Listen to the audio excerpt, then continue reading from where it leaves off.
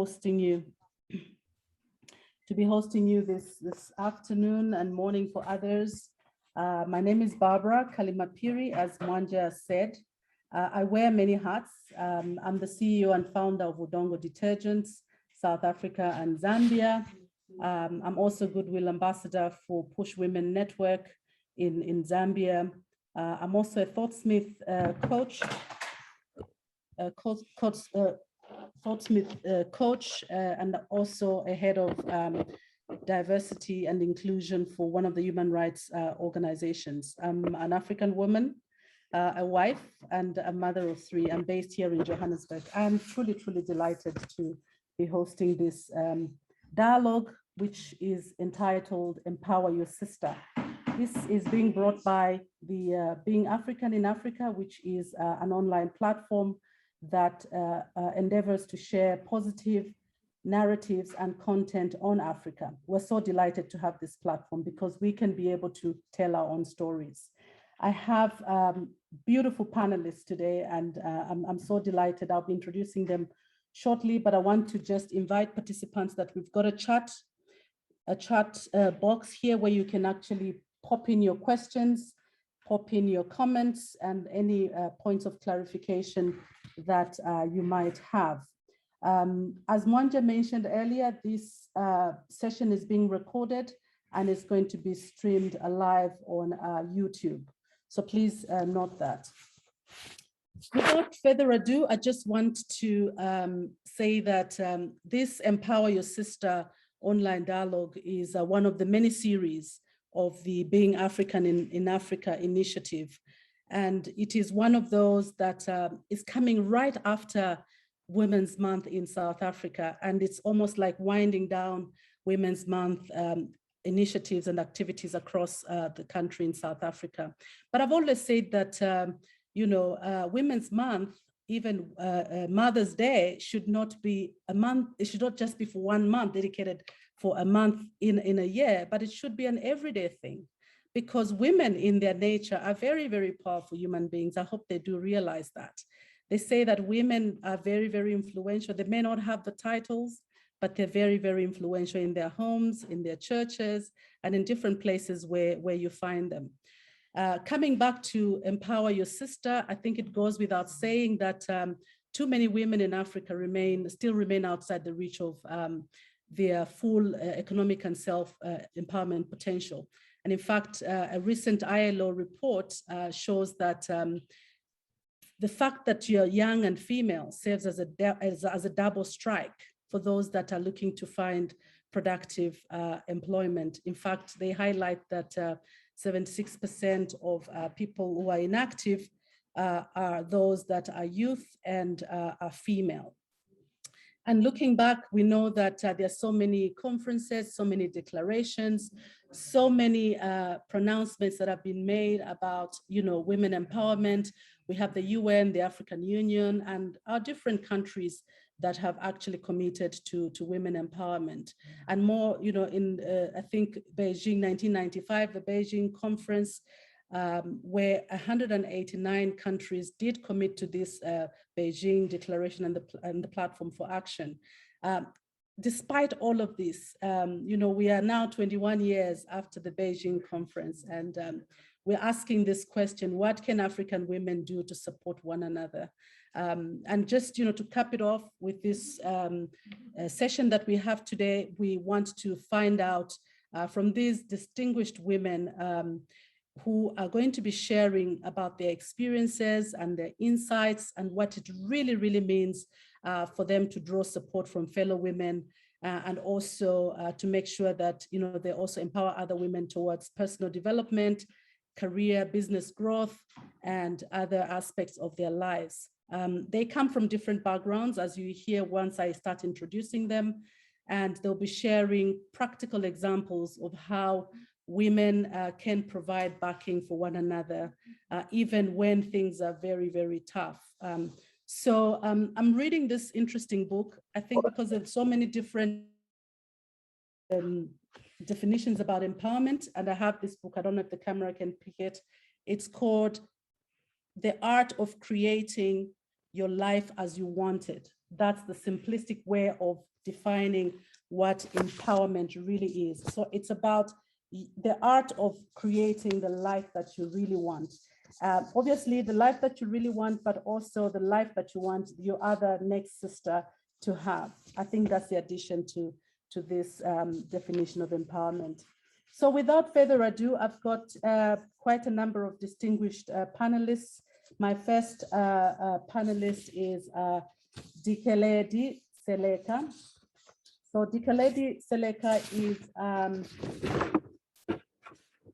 founder of Dynamic Teams Coaching, which is a South African-based African active coaching and consulting company, which provides leadership, coaching, employee engagement, strategy facilitation, strategy implementation, monitoring and evaluation services.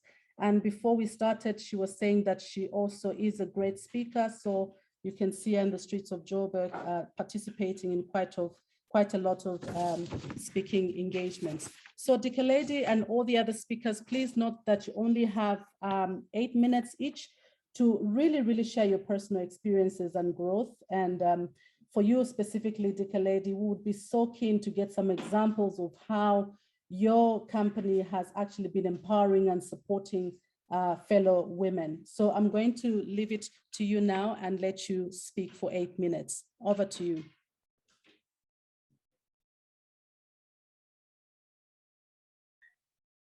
All right. Thank you so much. Thank you, Barbara. I really appreciate that. And thank you for the introduction. And I always like starting my talks with a speech. I don't know, by the way, if I'm a great speech.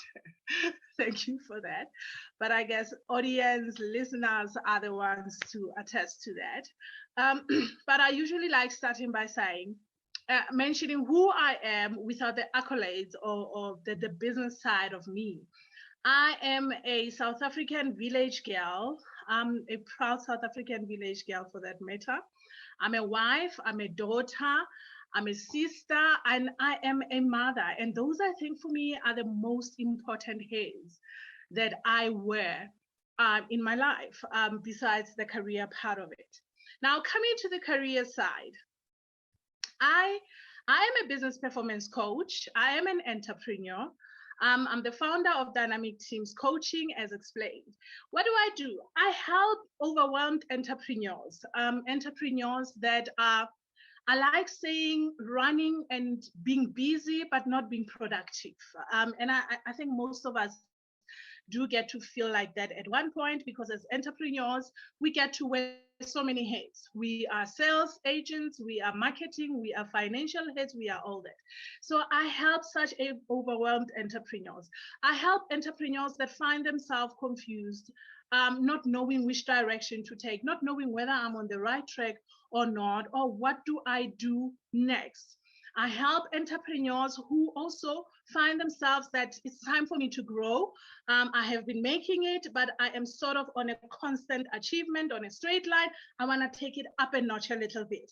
That's me. So I help entrepreneurs to go from being disorganized, stagnant, and or working hard with no direction to becoming focused and confident by co-creating goals and developing the mental toolkit to provide the support that they so need in their work, and also to help them structure their work and focus their energy where it is necessary.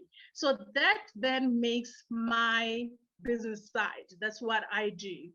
Other than obviously being a speaker, transformational speaker, thanks to COVID, now I'm international speaker, can you believe it? So I get to talk US-based companies. I speak a lot with universities, Wisconsin University to mention, based in the US, also in Kenya. So that's the speaking side of me. I'm a guest house owner. I co-own businesses with my husband. So there's quite a few of businesses that I own. But what do I do with women? Here's what I think. I feel like we are at the point, and this is based on also experience. As a speaker and as a coach, the women that I get to work with, and quite frankly, it's not only women, but men also. I feel like we are at the point where people know what they want. People know where they are going. People have decided, they've got the energy, they've got the will, they want to do. But most people are stuck with how. How do I do it? Where do I start? Where do I go? And that's the crux of my business. I help people to map their way towards achieving those goals, those dreams that they know that this is what I want. This is where I want to impact the world. This is where I want to make a difference. But how do I do it? Where do I start from? So my coaching company does that. I work with women in different sectors and spheres of life. I work with women in farming, where I do coaching within farming. I work with women that are based in the rural areas, cooperative-owned businesses. I work with companies that are engineering, women in engineering. So I work with different sectors. And for me, this tells you that in everything we do, in the different spaces that we do, we are all faced with the same problem. So my take and what I would want to leave everyone with here today is to share tools, is to share knowledge, is to share a skill. And that it's enough talking, it's enough having webinars, it's enough teaching people, encouraging and motivating people. I like to say, I'm not a motivational speaker, I'm a transformational speaker. I will move you from thinking I want to do it to thinking, Sisiwe, where do I start? Where are you? When do we start? Give me a date. I'm an executor. We need to execute, we need to implement, but we've got to help people and stretch a hand out and say, grab my hand, let's go. This is how it is done. Or rather, this is how I know it to be done, because I am cognizant of the fact that there are different methods and different things works for different people. So my whole thing is, how do we start? How do I help you? Where are you? And the only way I can do that is for someone to raise a hand and say, Dikeledi, I am here. Where do we start? And with that said, let me end up by saying, when you raise your hand, you need to realize that you have a role to play. You have a role in it. You can't just want it. You can't just dream it. You can't just ask for help and fold your arms and not do your part. You have a role to play, and you need to play your part, no matter how small. I'm a business owner that started in 2014, but only started getting my first line 3 years later. Can you believe it? But I stayed the course. I remained resilient because I was very clear of what I wanted. But more than that, I was very clear that the onus lied on me. I had a responsibility and I had to own my destiny. So that's what I do, guys. Share tools, share skills, share knowledge, and lift the sister up. And I think in the spirit of Women's Month and in the spirit of Ubuntu, which is another exciting thing in my world, I'm developing a masterclass that we have called or labeled or named the core of Ubuntu at the core of business and societal relationships and leading Africa forward. So in the spirit of Ubuntu, ladies, let us hold hands and show each other how to do it. Don't just tell them, but let's show each other how to do it. So that's me. I hope I didn't exceed your 8 minutes. No, you were actually on time. You have 2 more minutes. I see my dear friend Palesa Como in the house. Hi. I'm so excited you are in the building. Thank you very, very much, Dikeledi. I think you have spoken. Actually, I see, since I have 2 more minutes, I see one of my coaches, my clients in the audience, Helene. Hi, Helene. Shout out to Helene. That's awesome. And we are excited that, you know, Helene is one of the many women that Dikeledi supports. I really, really like the idea that, you know, you support women from different walks of life, you know, from different sectors, which is really, really fantastic. And the fact that, you know, you take people from one point of being disorganized to a point where they actually get their feet. it is such an important empowerment process that you are supporting women on. Thank you for that. And if people have questions, please do use the chat box. We'll be so happy to address your comments, your questions, and any points of clarification that you might have. So our second speaker is another dear friend of mine. She is Angela Mulaisho. She is currently working as a country manager for Zambia on the Alliance for Inclusive and Nutritious Food Processing at TechnoServe. She has over 15 years professional experience from a number of organizations, both private and nonprofit, both at regional and local levels. She has also worked for the Center for Infectious Diseases in Zambia as head of a program. She's actually being quite modest, colleagues. I must tell you that the work that she's been doing at the Center for Infectious Diseases in Zambia was phenomenal, big project with huge amounts of money that she was heading. She has also worked at GlaxoSmithKline as project manager, and she also worked for UNFPA and many other UN agencies.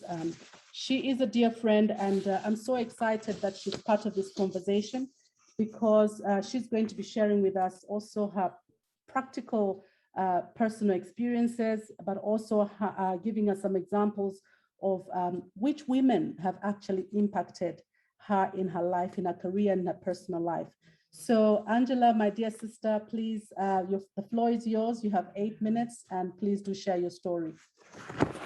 Great. Thank you, Barbara, and good afternoon, good evening, good morning, everyone. Once again, I'm really privileged and honored to be part of this conversation. Thank you, Mwanja. Thank you, Barbara. And I like to call Barbara Barbs. Very, very inspiring women. I'm so honored to have even connected with you guys and connecting me with even more. Thank you. So who's Angela? Basically, Angela Mulaisho is a wife, a mother of 3. She's a Christian. She's a daughter. She's an auntie of many, many, many nieces and nephews.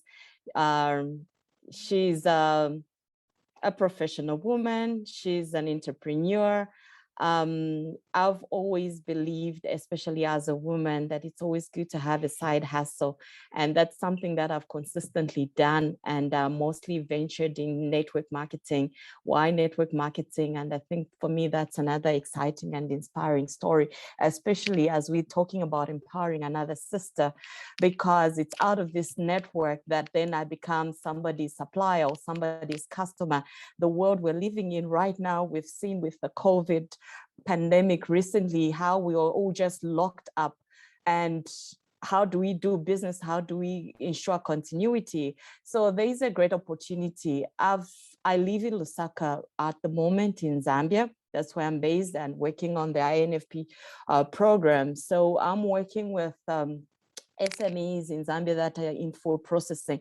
So that is another exciting venture I've just recently embarked on as I joined TechnoServe just a couple months ago. And as Barbara said, previously I've worked for the United Nations Population Fund, GlaxoSmithKline based in Johannesburg. So I'm actually Zambian/South African, if there's such a thing. I'm a permanent resident in South Africa because I lived and worked in South Africa for over 10 years. I started my family there, got married while still there, and I have very good and fond memories and strong friendships from that side. So who inspired me, or who has inspired me? A lot of people, obviously, but the people that really stand out for me are my mothers, as in my mother and her sisters.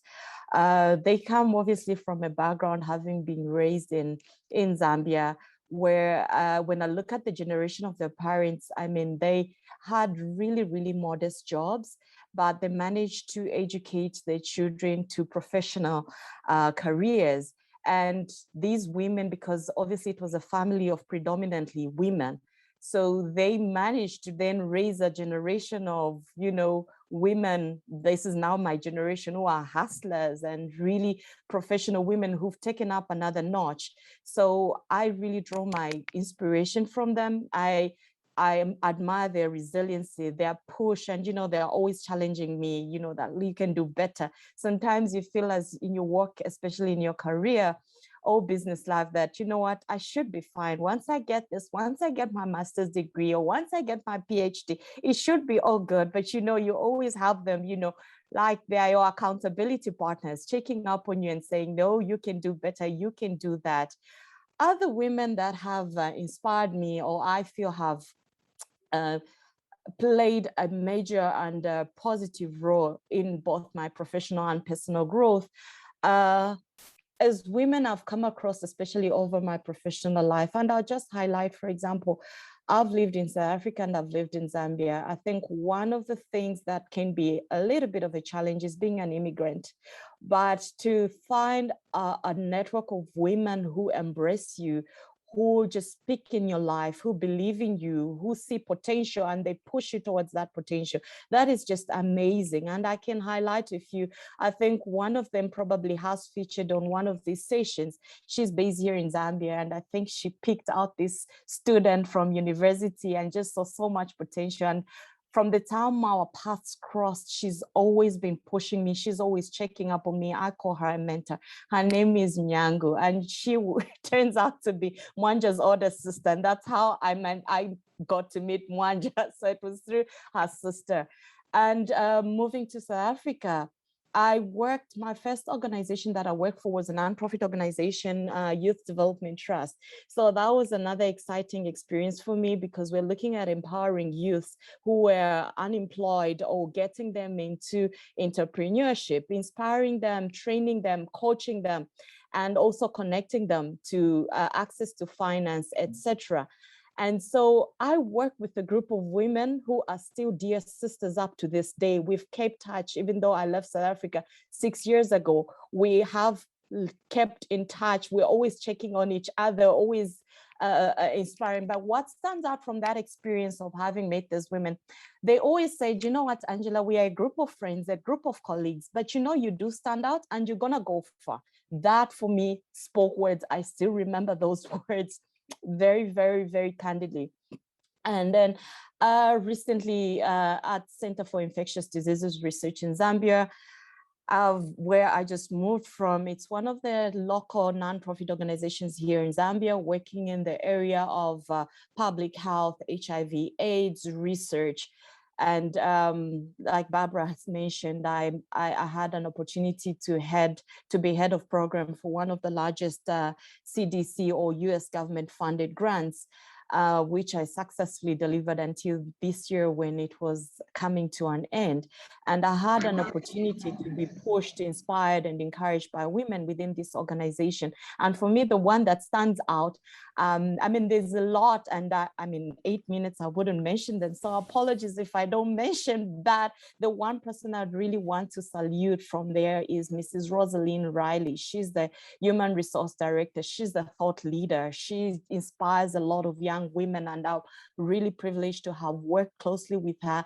And even when I was done, she would always just say, pick yourself up, Angela, this too is gonna pass. We're gonna get through this. And you know, she'll always check up on you. How are you doing? And before you realize it, you are able to complete an assignment. I mean, it wasn't the easiest of assignments, but you realize you can only make it because you've got others that are really inspiring you, soldiering you on, and telling you, look, you are down, I'm down, but let's pick ourselves up, let's move on along, because that's what life really is.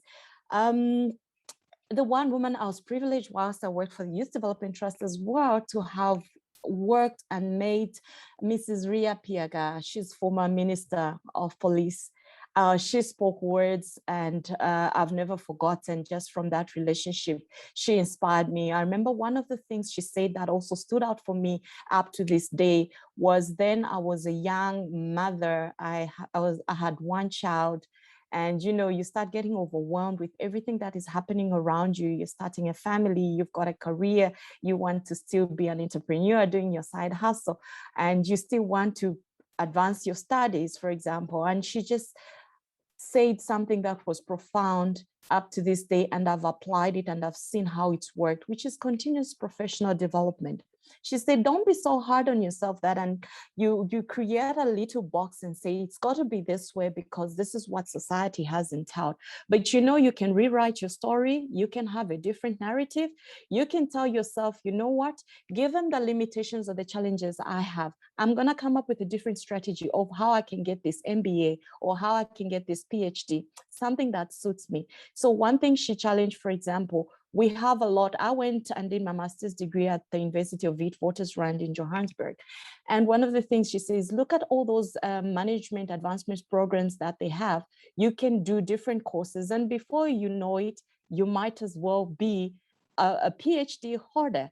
And that is something that I hold so dearly, that whatever I'm doing in whatever career I am, I should always do some course, continuous development program that is related to the actual work that I am doing.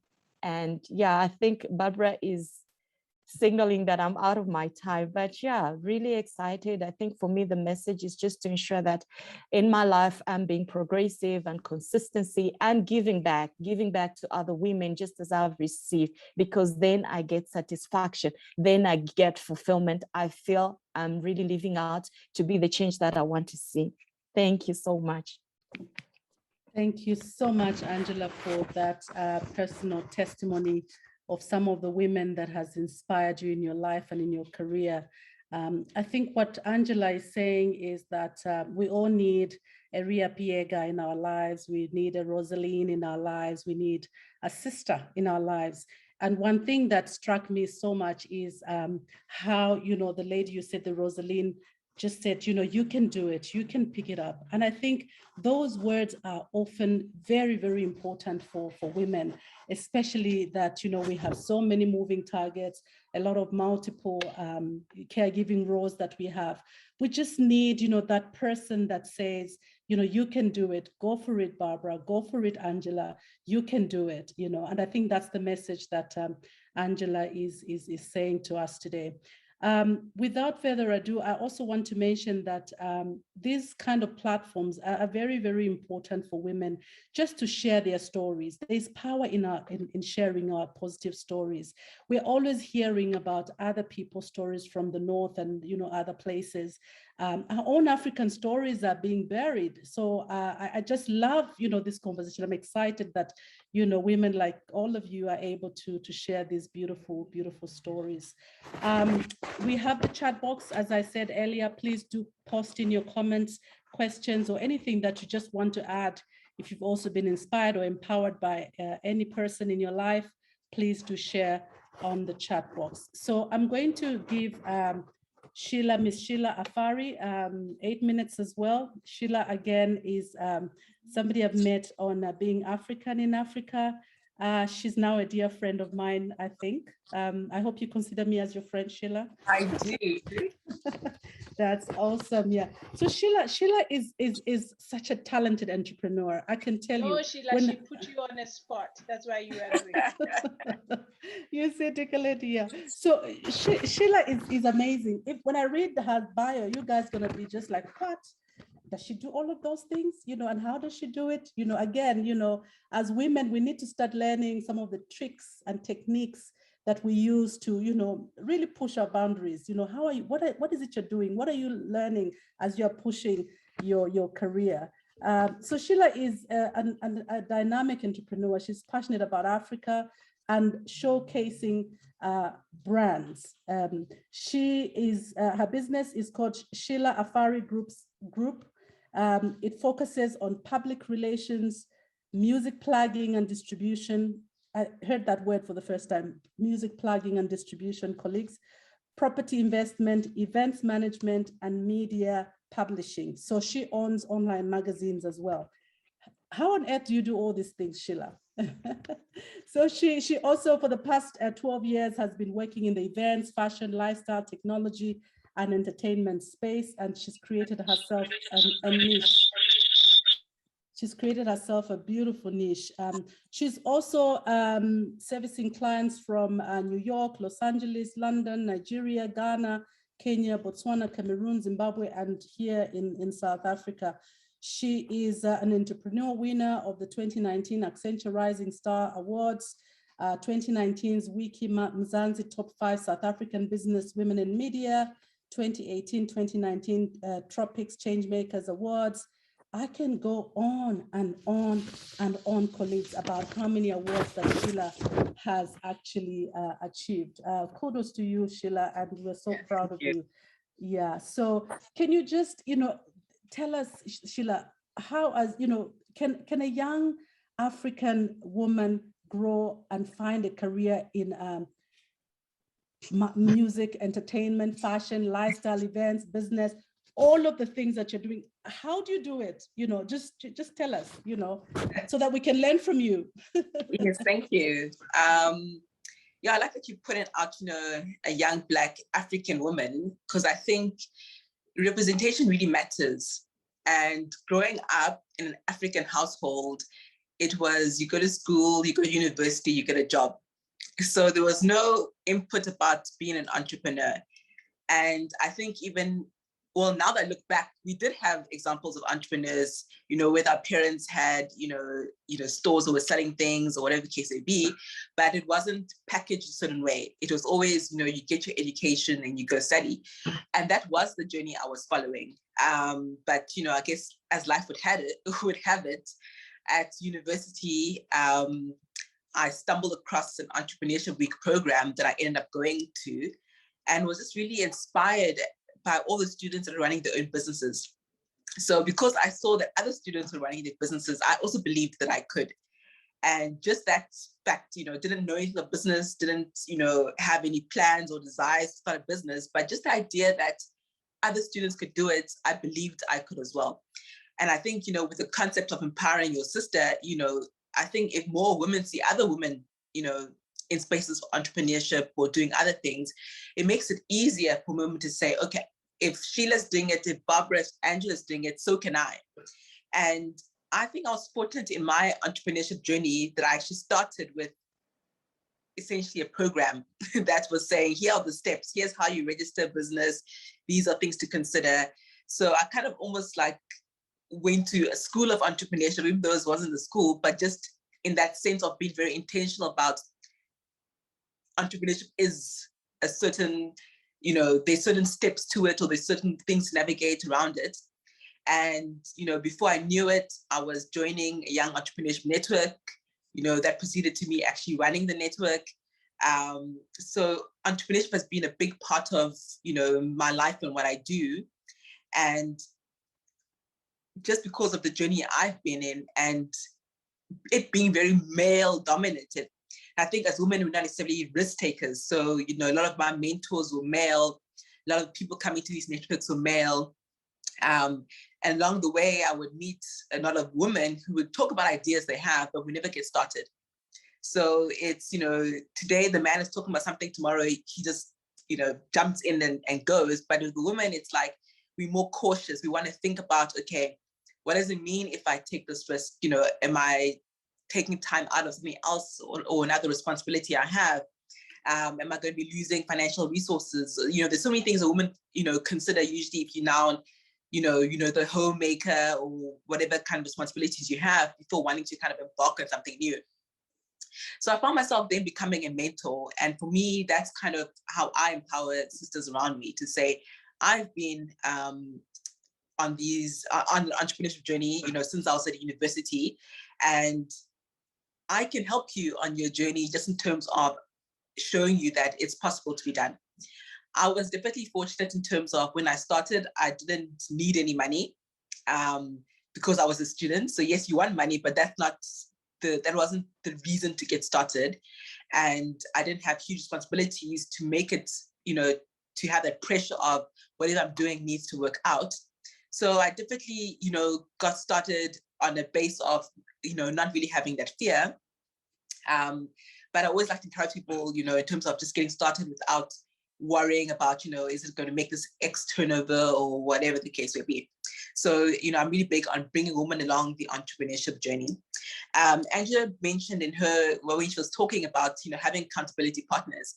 And I think that's also important in whatever space you're in. So even if you're not an entrepreneur, whether you're a mother and have goals of, completing an MBA, or, you're furthering your studies, or you're someone who's, working in corporate and you want to be able to get the promotion, or whatever the case would be, there's certain things you need to be able to do. And it's good to have someone who can keep accountable. So if you know that, okay, you want to dedicate 2 hours, a week or 2 hours a day towards something, to tell your friend to say, Sheila, this is what I want to embark on. I want to dedicate 2 hours a week to this.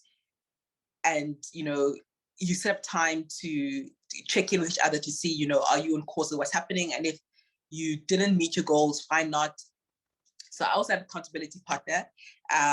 She's a friend and a client of mine, and we have weekly sessions where we kind of map out, goals, and then each week it's like, okay, what did you do towards that? And just the idea of having someone you almost like reporting to, but it's not like a report or a test or an assignment, just keeps the conversation going, to say it's always top of mind, to say, okay, cool, I want to achieve this, I want to achieve this. And before you know it, even though no one is knocking on your door with the pressure, because you're speaking to someone about your goals, it's constantly top of mind that you want to keep going on this journey. There's so many reports and stats around how women are really builders of society. And in communities, if you give women the resources, they'll be able to do the most of it and empower the communities. So it really dawned to me that if women have all this power, imagine if we had more female entrepreneurs. What would our world look like? What can women do to advance society and communities? And as someone who's a big advocate for entrepreneurship, I believe that's the solution we need to combat unemployment. And that has its own ripple effect, in eradicating poverty and all this kind of thing. So I believe, we need more female entrepreneurs in the market across, the spectrum. Doesn't matter what industry you're in, but we're able to do something, because, if you empower women, you're literally empowering, communities and societies and the rest of the world. So I think sometimes we need to just acknowledge that as women, we are really, powerful beings. We have, the ability to be change, makers and agents. And we shouldn't take that lightly. So, some people, and actually, I think it's often women, you might feel like, oh, I'm only just starting. So, I don't have any authority to, take someone else on the journey because I'm still learning. But the reality is, even if you're 2 steps ahead of someone else, you can still be beneficial, and assist someone who's just getting started. Or if you're 10 steps and someone is 2 steps, you can still assist them. We mustn't wait till we are at, step 100 to then help someone who wants to start on their journey. So, I'm always open. People want to talk and say, I'm going on this journey. What assistance do I need, etc. Because, even if I'm, still on my journey and growing, I know that, I have, gone through quite a bit, and I can be of assistance to someone else. So for me, I think the take homes are, women, we're very powerful. We are, change agents, and we can make a huge difference in society. And I'd like to encourage as many women as possible to be entrepreneurs, and that we need to be able to bring more women along the journey. Thank you so much. Thank you so much, Sheila. There goes quite a lot of nuggets of wisdom from Sheila. One of the things that she says, that if you are exploring to become an entrepreneur, she is there to help you. But one thing that has come through for me from Sheila is that she was fearless, and sometimes as women, we doubt ourselves quite a lot, and yet we've got so much to offer as women. I remember somebody telling me, and I think research has also shown that when women are trying to apply for a job, they will ask 20 people around them. They'll ask their partners, they will ask, their nannies, they will ask their grandmothers, they'll ask anybody on the street, do you think I should take this job? Do you think I'm qualified for it? Do you think I can do it? But for a man, it's instant. We are going to Afghanistan, and I've gotten a job, and that's it. So how can we become fearless and step into boundaries where are known, and that we can prove ourselves as women? And I think Sheila has talked about having an accountability partner. I think that's really, really important. And in other circles, they call them mentors. So if you don't have a mentor, maybe it's time to start looking for that mentor that you can bounce your ideas on when you're fearless, when you've got these exciting ideas and they can support you along the journey. That's what empowerment is about, having that sister who can support you and hold you accountable. So we have our last but not the least speaker. She is Dr. Shakira Choonara. I hope I pronounced that well. When Mike sent me the profiles for speakers, I was quite impressed with Dr. Choonara's CV, because she has only about 6 bullet points. And I'm telling myself, I'm like, maybe that's the way I should be describing myself. You know, it's really succinct and to the point. She says she's a public health practitioner, consultant with the World Health Organization. She's an AMREF Health Commissioner, Universal Health in Africa, Operation Smile South Africa Ambassador, a travel guru, and a regular kid peso. To the point. I love that. I really love that. Welcome. You have 8 minutes. Barbara and everyone listening in, you know, it's around 5:45 in South Africa at the moment, and it is Friday, so I do have Friday vibes as I speak. Yeah. I didn't plan to come with this to this discussion with a big presentation. Instead, I thought, let us sit down as women and start to have a bit of a conversation. And so I'm totally unprepared, but I think that the questions that I was sort of asked to reflect on are fantastic, and it will be interesting to sort of just simmer through what the journey has been these past few years. And you know, I just celebrated my birthday the other day, and I said, I cannot believe that time has gone by so quickly. But it really is true that as you tend to become a little bit older, these life experiences shape you, and they're beautiful. I think these moments in life are just extremely, extremely beautiful. And so Barbara, the reason I also kept it short is because those listening in know Mwanja likes people to get to the point. And so when she sent me a message, please send a short bio, I thought this is not the time to send a long bio. So inspired by Mwanja, really. You've heard from the beginning that, or, you know, the first couple of bullet points, that I work primarily in healthcare. And that journey stems, and I always talk about it, but, you know, sometimes people underestimate what you say in 1 or 2 sentences. They don't understand what that experience really was, what the feelings were, etc. And essentially, you know, I grew up accompanying my father to the public healthcare system in South Africa. And I was a young woman. I was 12 or 13 at the time. And I would miss school and hold his hand and help him navigate the healthcare facility. And, you know, when I started to see the frustrations, the long lines in clinics that we still see today, the way the nurses treat patients, there's no empathy, there's no care. When you see the dirty healthcare facility, and that's exactly what it is, it's filthy. And it's all of that we're seeing today still. And I said, one day I want to change this. And that was my start to healthcare. But I've stayed in healthcare for the past 10 years because I stay awake at night with these issues, thinking about the patients I've met, the women who've survived gender-based violence, the type of systems issues we're still seeing, the corruption that went along with COVID-19. All of this is not new, it's systemic, and that's what my life's work has been built around. But that being said, I don't think I'm a singular person, and it's come across all the stories that everyone shared is the support you get from around you. And we've had that hashtag empower your sister as well.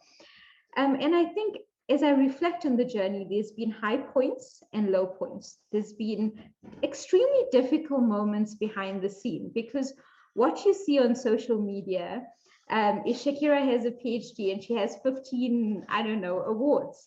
But what you don't know is the late nights, the being broke, and also the people putting you down. And I think there's 2 extremes that I've unfortunately experienced. And the one is, as I think that as one becomes a shining star and you have this great potential, the one extreme is that people will bring you down. And I experienced that, and it was sort of the ending of my career in research. I had to leave. I had no choice for my mental health, and eventually I left. But on the other extreme is when you have people, whether it's women, whether it's men, whoever it is around you, who create supportive and nurturing environments. Those are the environments of kindness. Those are the environments you learn, and those are the environments you thrive in. And so throughout our lives and throughout my career, I've experienced both. Those who bring you down, but those who lift you up. And I think that when I look at that experience, I walk away. Yes, there was a point where I was bitter, but what it taught me throughout my career is when you reach a point of power, when you reach a point of privilege, don't forget where you came from, one. And two, don't treat other people that way. And I've always approached life in that way. It's not about you. It's about what you're creating for others. And I tend to give a lot of my time mentoring and just connecting with younger women and younger people across the continent. And I'll end off there saying, because I don't want to go on forever, but I want to end off saying that in every space that one is in, what are you doing to impact the world and make the world better? So it's not about yourself only, it's what are you doing for the world? The other thing is how do you lift others up? How do you give others a chance? How do you use the knowledge you have to support others? And it costs you nothing. A 10-minute call with someone every month is all it takes to be a mentor, I think. And so, those are some of the massive sort of issues around the theme I touch on. And I also want to then go back to the difficult moments, because we've got panelists here, and I often hear the term thrown around. I've been an entrepreneur, and Dikeledi spoke a little bit about that. And mind my French, but it's damn hard. You watch your bank account going down. I've been an entrepreneur for the past 2 years, and COVID hit, and eventually I'm going back to a slightly full-time role, because the reality of it is you have bills to pay. It's not simple. You start off small scale. It's baby steps. It's really, really difficult to get off the ground. One's got to be patient. But again, like I said at the beginning, there's these beautiful moments, and you keep chipping away and you make progress. And one of my mentors actually said to me at the beginning of my entrepreneurship journey, Shakira, you will see, you sort of become grown up when you become an entrepreneur. So I just wanted to unpack that, people, because, we just throw around these terms, public health practitioner, entrepreneur, etc. Trust me, a lot of heart, soul, hard work goes into it. But at the end of it, again, it gives you those sweet, beautiful moments in life, and having it to share with others is highly important. Thank you so much, Shakira. Short but to the point and quite impactful. When a person gets to a point of power and privilege, especially women, I think that we need to underline. Please, please, please, women, we should not fall in the trap where they say women massacre fellow women. We want to demystify that narrative. And I think Shakira said it right. When you find yourself in a point of power and privilege, please empower others, pull others up. Don't become an enemy of fellow women. And let me tell you, when somebody tells you that women do not support each other or women do not empower each other, please shut them up, because it is a ploy. It is a system that wants to continue to push a narrative that gets women to feel disempowered, to get women not feel powerful, to get women not to work together. They'll promote you and say, you see, we told you they were not going to work together. You should not fall in that. It is a ploy, it's a system, so that women can continue to be subservient in this patriarchal system and society we're living in. So I really, really like, the idea that, we need to really empower one another as sisters. And I like the point that, your father played such a key role in your empowerment journey. We should not forget that, it's not just women who empower women. We also have men, great men in our society that empower other people, including women. So I want to use some of the questions that Shakira ended up with to bounce back to the panelists. She said there are two things. How do you impact the world? So you have been empowered, or you have empowered others, but how do you empower and impact the world? The second one she said is that, how do you lift others up? I'm interested in those two questions. If I can give, each panelist just, a minute, to just give, some feedback on practically, so that we can really get some ideas of how we can impact the world as women, and also how do we lift others up, especially women. Anyone who wants to start, you can actually lift your hand. Okay, Dikeledi, please go.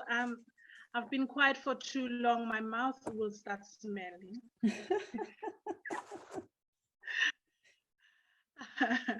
Look, great talks, everyone, our fellow panelists. I really enjoyed each and every one of you. And for the questions, I think, how do you make an impact? I had to unpack this for myself when I started my nonprofit organization. Mm-hmm. What did it mean? Why did I start it? What difference did I want to make? And when you start asking yourself such questions as to why, you get to understanding what it means to be in someone's shoes, or what it means, or what other people are going through.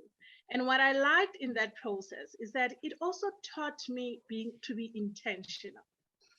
And I always say, even when I coach mostly the companies or organizations with SED departments or CSO projects, is that when you sit and come up with projects or accept projects to support or sponsor, let it not be because you are answering to a scorecard sheet, a balance sheet, or a sustainability plan.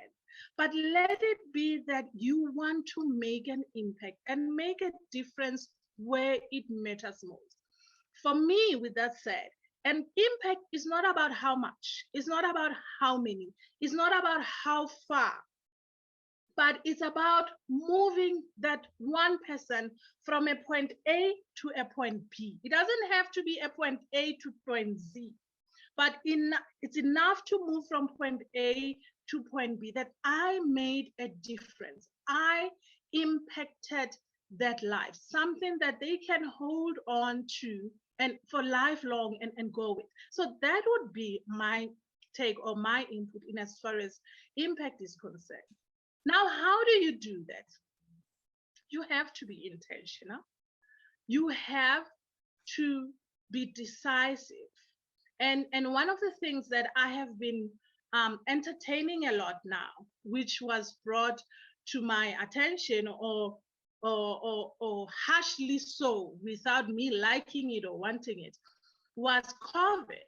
COVID highlighted how interdependent we are as human beings in nature, whether business to business or person to person or country to country, we are interdependent. COVID also taught us that the unimaginable can happen, and it's happening, and we are living it. And guess what? We found a way around it. So with that, what stops me from being imaginative in what I can do and in how I can touch people? And that's what I have done. I have reimagined and still reimagining my world, my existence, and rethinking my approach. How do I approach this? How do I touch this particular person? So how to do it? Number one, it's listening to the people that you intend to impact. You've got to, don't come with a off-shelf program. or come with off-shelf solution, or come with solutions that you like and you want to give to people. No, listen to the people, listen to what the people need, and understand where the people are. So context matters. Europe, that's very useful. Exactly. And that's what I do. Thank you for cutting me. That's what I do. I didn't intend to cut you. I just want to make sure that each of the panelists also have a chance to speak. Of course. It's creating space for other women to speak is also an art of empowerment. So, Sheila.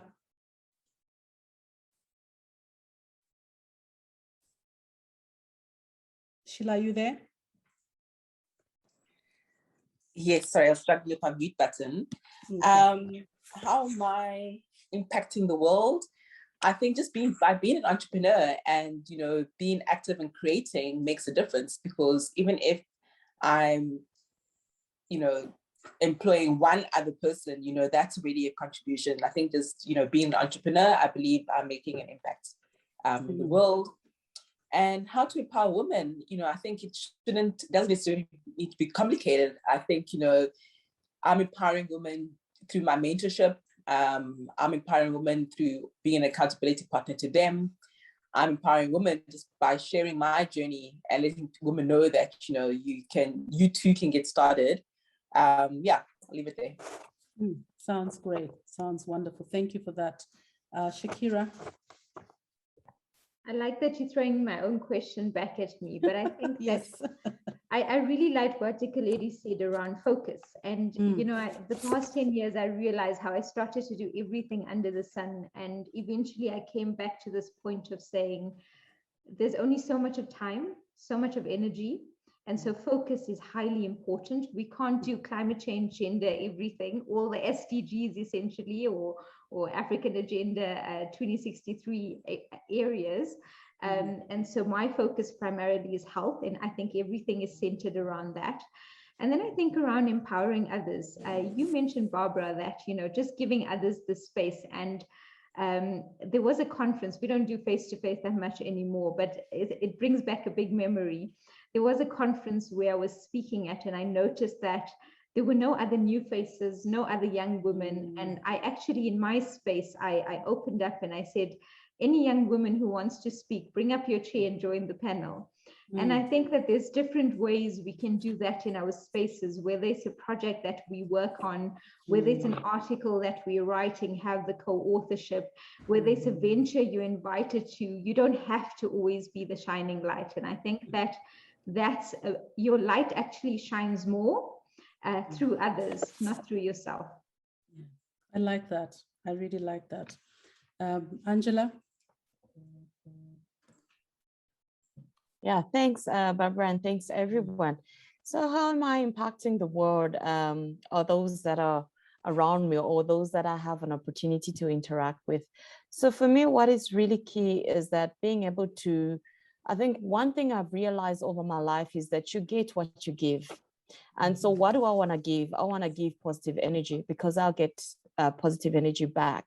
And earlier I referred to networking. And for me, networking is very important in all sectors of my life. And the one I want to highlight, for example, is my Christian walk and my spiritual growth.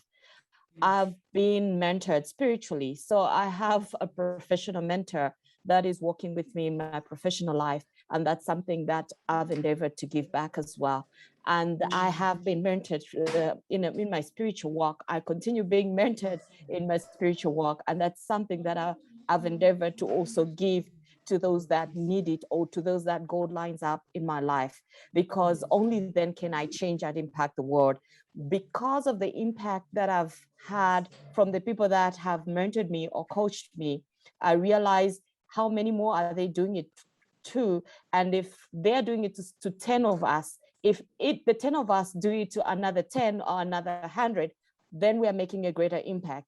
And I know Dikeledi said it's not just in numbers, but I think the whole idea is being intentional, being deliberate, and reaching out to as many people as possible. Because I don't think I will grow. Even what I have been taught, I'll be able to put it to practice if I don't practice it out there, if I don't impact. Because even as I'm mentoring, I'm actually learning.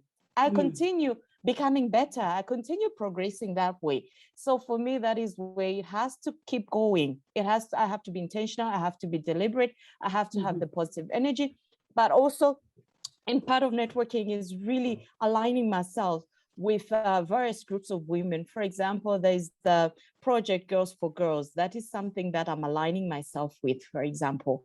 There is women that I pray with very regularly. And, you know, as I'm growing, there's other people that God is bringing in my life. And, you know, it just comes naturally. I don't even have to think. Sometimes you only realize after it's done. But being intentional, in my professional life, I have told people I've worked with that, you know what, we're in this relationship, this professional relationship for a reason. And whether you like it or not, both you and I are going to walk out of this relationship better than we came. So in other words, I'm trying to communicate that we're here to impact each other positively. And I think that is the attitude that I would always want and encourage for all of us to have, especially as we're looking to empower or inspire others. Thanks. Well said. We have, colleagues, 10 minutes before we close our session. It's been fantastic listening to all of you with all the nuggets of wisdom and the practical experiences that you've had being empowered and empowering others. Do we have any people who want to ask questions? Please do feel free to raise your hand. And if there are any, please do alert me if there are any chats or questions that I should focus on. Anyone who would like to ask the panelists questions? Or just to make a comment?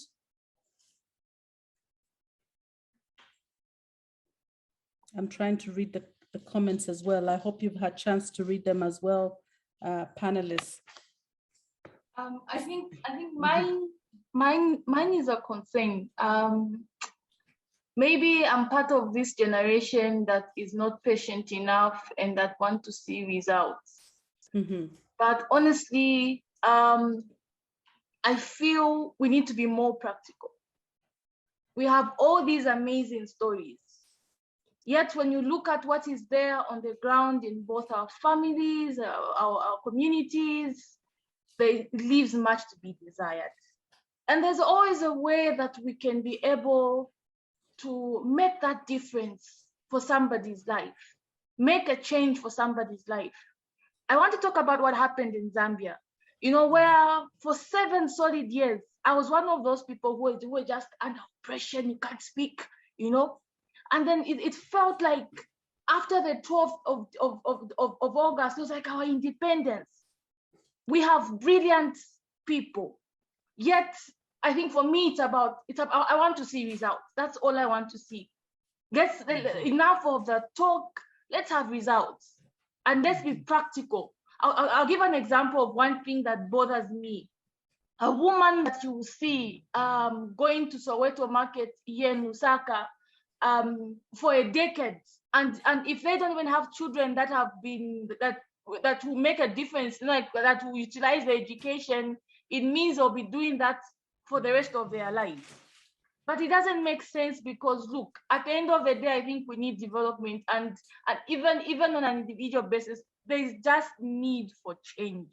The reason why things, for me, this is what I believe, that the things are the way that they are, simply because there's just so much greed in us. Because look, change is all we want at the end of the day, and practical solutions.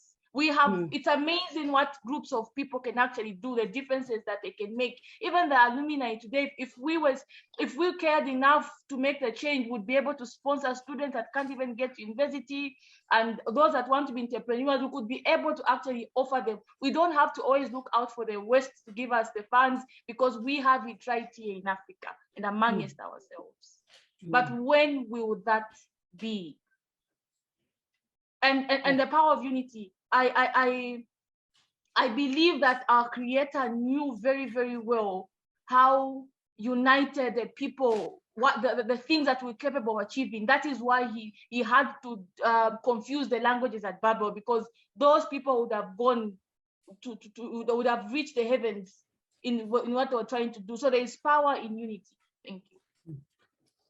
Thank you so much, Lizzie. I think you have said it all, but not all hope is lost. We've got examples of women who've been empowered and who are empowering others. And I really, really like your comments about being practical and getting change and results. I want to end this moderation with just saying thank you so much to all the panelists and all the powerful stories that you've shared, and end with a quote from Shakira that says, "Your light shines brighter more through others." So let's get our light to shine through others. That's what empowering your sister actually means. Thank you so much. I'll hand over to Mwanja just for closing remarks, and then we are off.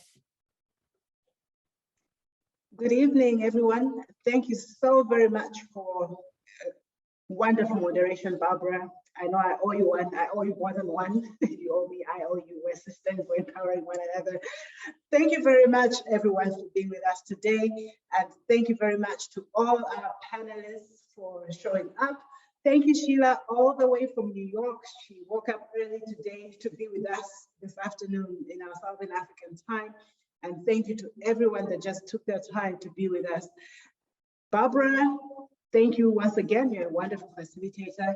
Sheila, Angela, Dikeledi, Shakira, the conversation would not have gone the way it is had it not been for women such as yourselves.